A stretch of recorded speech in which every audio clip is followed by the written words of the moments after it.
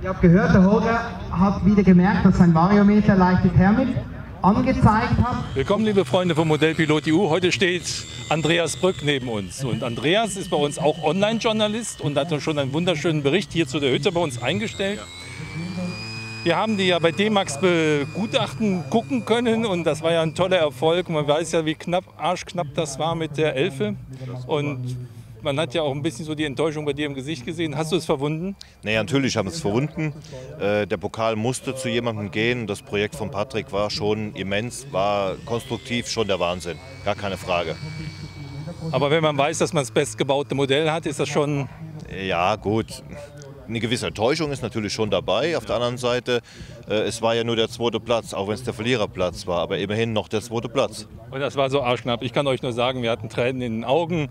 Aber trotzdem, danke, dass du mitgemacht hast. Einfach nochmal so. Danke. Und du hast unseren Segelflug ja unheimlich nach vorne gebracht. Und ihr gehört ja wirklich zur Elite. Und dafür danken wir einfach mal. Nicht? So. Jetzt zur Hütte selbst. Wie bist du zu dem Projekt gekommen? Was war die Idee? Die Idee war dabei, ein kompaktes Oldtimer-Flugzeug zu bauen, was vor allen Dingen von der Bauzeit her damals aus den 30er Jahren war. Dass man da mal ein großes Modell baut, im Marsch 1:2, dennoch aber ein transportfreundliches Projekt hat und die Bauweise der damaligen Zeit nachempfinden kann. Von der Bauweise war es ja so, dass ihr die ja nochmal die Rippen, obwohl sie aus Frässätzen waren, nochmal wie beim Original dann nochmal...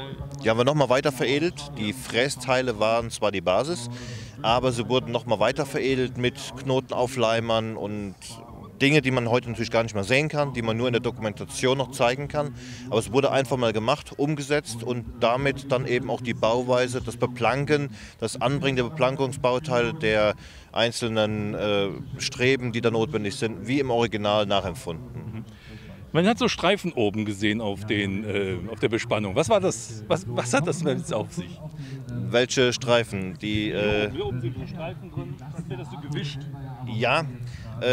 Die Bauweise, das heißt der konstruktive Teil dabei, ist die eine Sache, aber die Bespannung war halt eben das nächste Projekt. Und manntragend hat man damals bei diesen Flugzeugen Baumwollgewebe benutzt.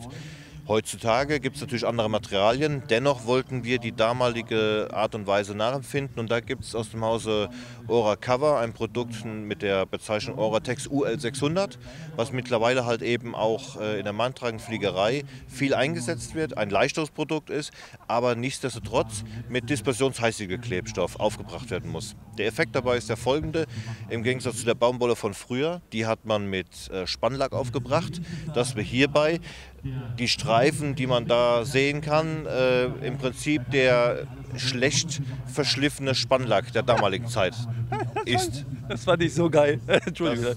Und was noch toll ist, dass man ja hier typisch diese matten Plexiglas hat und das entsteht in der manntragenden durch wen? Ja, durch mal wieder die Flugschüler, die meinten, sie müssten polieren. Mit Watte? Natürlich, mit Watte. So. Der Effekt hierbei war natürlich, ein Flugzeug zu bauen und auch da wieder die Originalität nachzuempfinden, aber es ist ja kein Flugzeug, was jetzt heute gebaut wurde und auch kein Klarglas eingesetzt wurde. Deswegen haben wir hierbei auf eine Verpackung, auf eine Schraubenverpackung zurückgegriffen, die eben schon schön milchig und leicht verkratzt war und konnten diesen Effekt dann wieder 1:1 umsetzen. Ja, also diese Kreativität in der Konstruktion, wie so umgesetzt worden ist, ne, das ist so... Da kommen schon die komischsten Ideen, die man da auch dann wirklich umsetzen kann. Man braucht auch nicht so ganz genau arbeiten. Auch die Endleiste, die muss wellig sein, ist einfach so, gehört dazu. Verleiht dem Flugzeug aber dann natürlich auch sehr viel Charakter. Und Charakter noch zusätzlich, da hat man ja unten drunter noch vernäht. Ja, um natürlich auch diesen Effekt, um Baupunkte gewinnen zu können und um auch da Erfahrung sammeln zu können, sind wir hingegangen und haben das Oratex UL600 auf der Unterseite auf allen Rippen vernäht. so wie es damals der Fall war, und dann nochmals ein Verstärkungsband aufgebracht zum Schutz der Knotenbildung. Allerdings verzichtet man, wenn man jetzt schon bereits vor 30 Jahren eine Grundüberholung gemacht hat, auf Zackenband, sondern es ist dann nur noch gerade geschnittenes Band, was wir hierbei dann auch eingesetzt haben, um auch da die Knoten nochmal zu verkleiden. Ja, also das ist ein perfekt gebautes Modell. Wir kennen es, wir brauchen es nicht mehr. Es steht, unten seht ihr die Fotos und die Beschreibung, wie es gebaut worden ist. Lieber Andreas. Stefan. Ja, so, komm her. Zum Schluss, Modellfliegen ist? Spitze. So ist es. Danke. Hütte H17 im Maßstab 1:2, die wird vom Andreas Brück, Chef von der Firma Cavitech, geflogen, ebenfalls hier mit Stand vertreten. Und dann haben wir auch noch die Alles klar. Also steht der Patrick, Schönste Hütte von Welt. Das Modell gebaut hat. Wie schwer ist das Modell?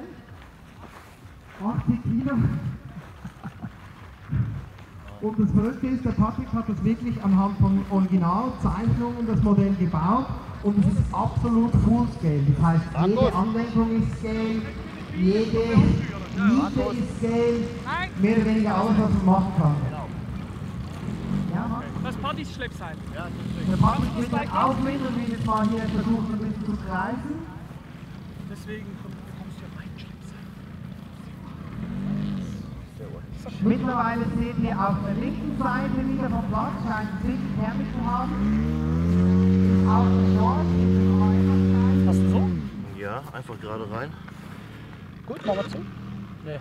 Sag mal schon. Ja, genau. Ah so, jetzt habe ich es gesehen. Warte mal. Vorstellen, der Patrick Gut, so. ist noch auf 100 Nee. Meter und sieht ja eigentlich aus, als wäre fast am Boden, aber ist eigentlich noch ganz schön hoch oben. Hast du es? Ja. Ja, die ist ziemlich weit hinten drin. Aber Der Erbauer kennt sein Spuk. safe. Danke.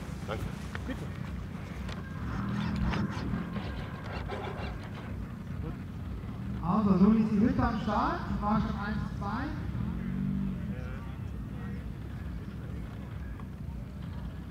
Schnell. Holst du nachher den Propeller im Hangar? Den Tischli rechts. Die Propeller?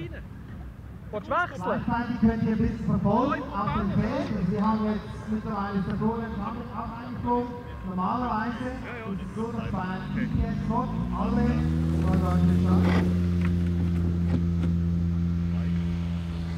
glücklichen Piloten innerhalb von 10 bis 15 Minuten eingeflogen sein müssen. Das ist ganz klar, damit alle Piloten die gleiche Ausgangslage haben. Weil die Luft ist unglaublich schnell verändert.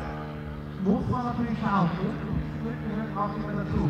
Wir sehen jetzt der Quintus.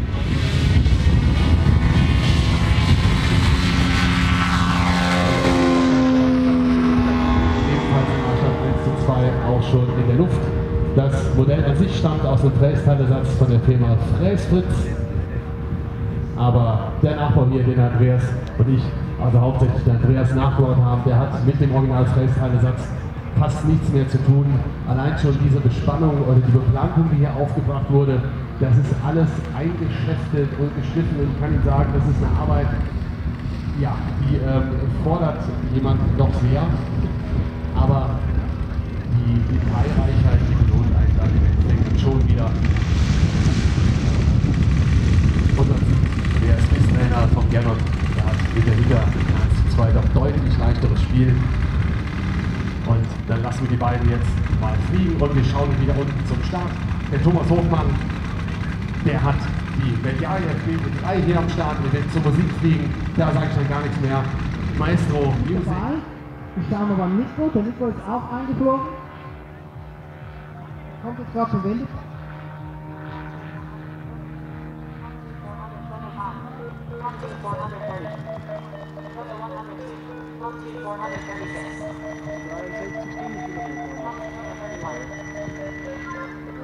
Also Nico hat jetzt einen hinteren Wendepunkt erwischt. Ihr habt gesehen, er ist auch in gutem Steigen.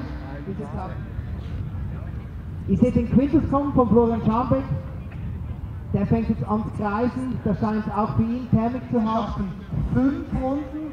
Die ASC 17 schafft ein bisschen mehr als 5 Runden und der Quintus schafft 6 Runden. Alles klar. Also, der Public ist im Final mit der 11.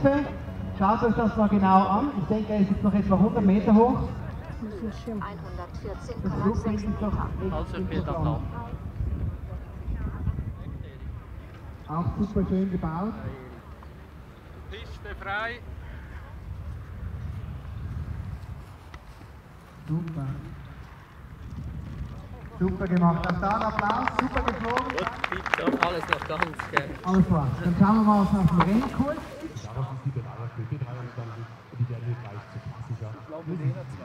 Ja, jetzt kommt hier der Andreas Brück zur Landung mit der Hütter H17, ebenfalls ein absolutes Full-Scale-Modell, die Kufen mit Leder beschlagen und so weiter. Auch dafür bitte mal einen kräftigen Applaus.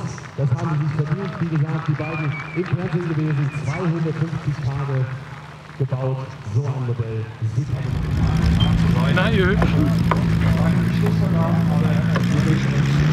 Verabschieden, wünschen noch viel Spaß heute und würden uns freuen, wenn wir Sie morgen hier nochmal sehen dürfen.